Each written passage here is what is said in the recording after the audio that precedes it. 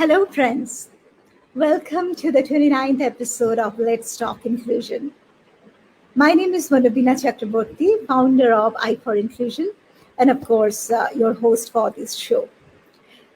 We recently changed the format of Let's Talk Inclusion. It used to be a long chat show, but now it's short, sweet, and more impactful. And joining me today from New York is Dr. Stephen Shore. Dr. Shore is a friend and, of course, advisor to I for Inclusion.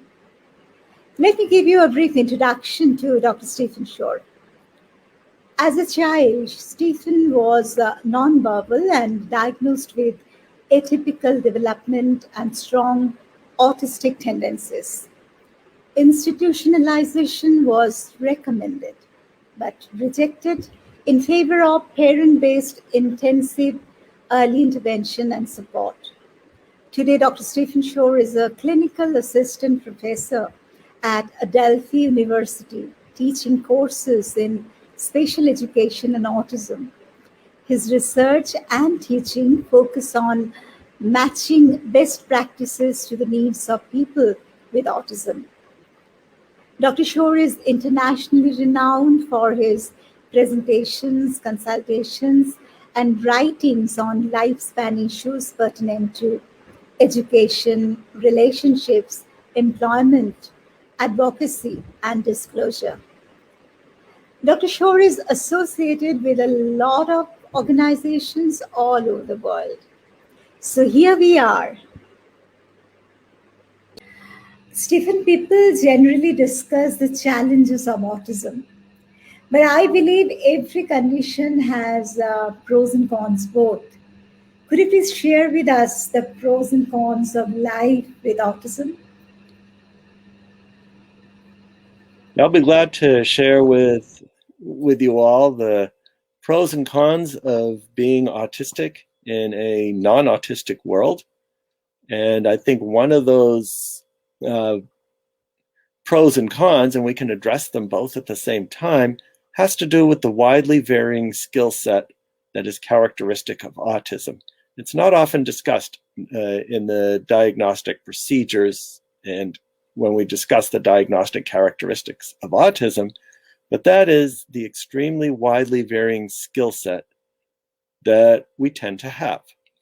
So if we go way back to when I was 4 years old, and where I was found by my parents taking apart watches with a sharp knife, and my parents promoting this interest, which perhaps could lead to employment as a watchmaker, watch repairman, repairing other devices.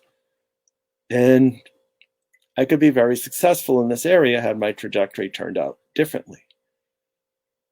Relatedly, what is so interesting to consider is how could I have the fine motor control to take apart a watch, not even using the right tools, but using a sharp knife?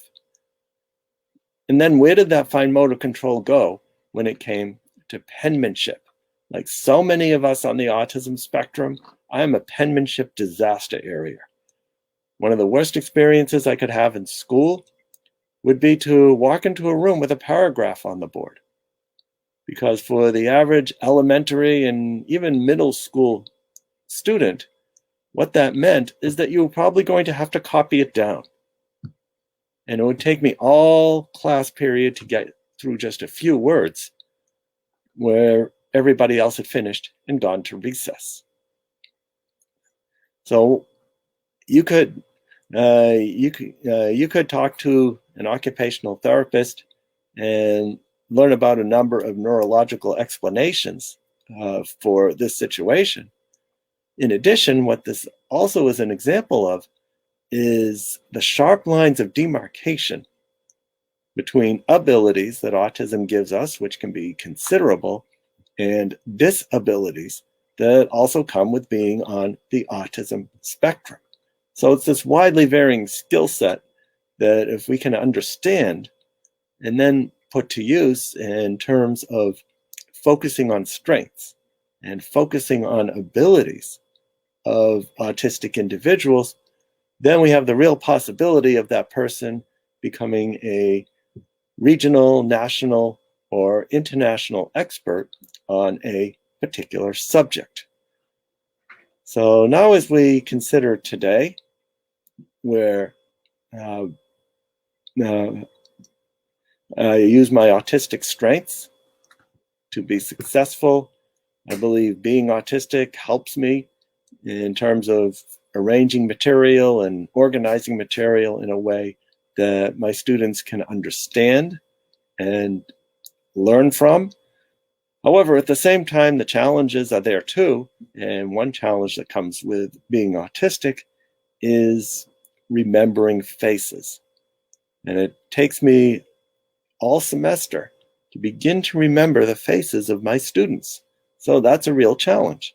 However, I've come up with some accommodations for that, such as having students put name tents on their desk. And also by just directly telling students that I am really bad at remembering faces. And that will be helpful to me if they introduce themselves or reintroduce themselves to me outside of class. And here we have the light going off again. There we go. If they introduce themselves to me outside of class, so that I can help keep the connection between the face and the person's name. Well, now that we're in the COVID-19 pandemic, most education is now being done remotely on Zoom. And for autistic individuals who have difficulty remembering faces, or anybody who has difficulty remembering faces, this is a real panacea, because at the bottom of every Zoom box is the person's name. And that way, there are no more challenges in remembering people's name. We are transitioning back to in-person teaching, which means it's back to trying to remember faces and name tents, but at least I have this accommodation to help work through this. What are some other things that autism, you might say, brings to me that promotes success, but at the same time, or pleasure, but at the same time causes challenges? I have visual sensitivities, for example. Many autistic people perceive fluorescent lights like you perceive a strobe light. Most people perceive a strobe light. Now, a strobe light's fun on parties, but certainly you're not going to learn anything if you spend all day with a strobe light. For me, my visual sensitivity is recessed lighting fixtures, lights that hang down from the ceiling. Being under one of those is probably like looking into a spotlight for many other people. Many of you may feel that this hat is a fashion statement, and in many ways it is. And it's always good to support my university whenever possible. But really, it's an accommodation. The bill of the hat. It keeps the light from recessed lighting fixtures from getting in my eyes and making me feel like I'm looking into a spotlight. But at the same time, these visual sensitivities can be very helpful for enjoying beautiful scenery when I'm traveling, say in a forest or on the ocean or in the mountains. So for every strength an autistic person has, there's often a corresponding challenge that may need to be overcome.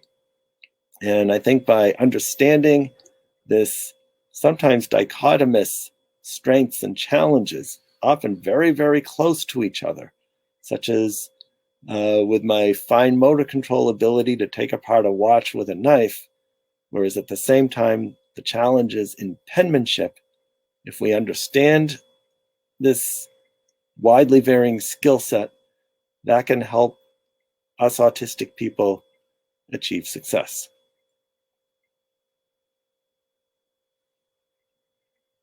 It's indeed an eye-opener, Stephen. Thank you very much. We learn so many things from you whenever you come to Let's Talk Inclusion. I will invite you once again soon. Friends, if you have any questions, please forward them to us. We will be happy to help. See you next week. Till then, take care and bye bye.